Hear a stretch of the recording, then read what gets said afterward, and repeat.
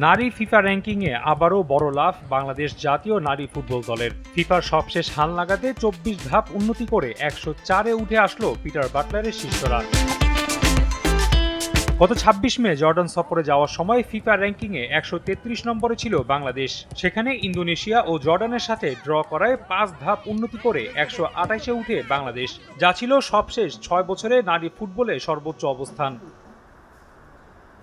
পরের মাসেই মিয়ানমারে ইতিহাস গড়ে নারী ফুটবল দল। ৩৬ ধাপ এগিয়ে থাকা বাহরাইন, ৭৩ ধাপ এগিয়ে থাকা মিয়ানমার ও তুর্কমেনিস্তানকে হারিয়ে প্রথমবারের মতো এশিয়ান কাপের মূল মঞ্চে জায়গা করে নেয় আফিদা ঋতুপর্ণারা। তারই নৈপুণ্যে এবার র্যাঙ্কিংয়ে পুরস্কার পেল বাংলাদেশ।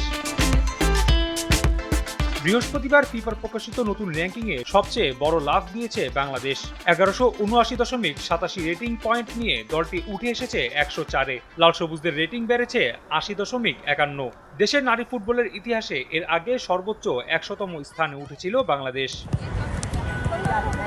এদিকে বাংলাদেশের কাছে পরাজিত হয়ে ১৯ ধাপ পিছিয়ে ১১১তে নেমেছে বাহরাইন। মিয়ানমারের মেয়েরা পিছিয়েছে ১ ধাপ। বর্তমানে তাদের অবস্থান ৫৬তম। রাফি আমিন, RTV।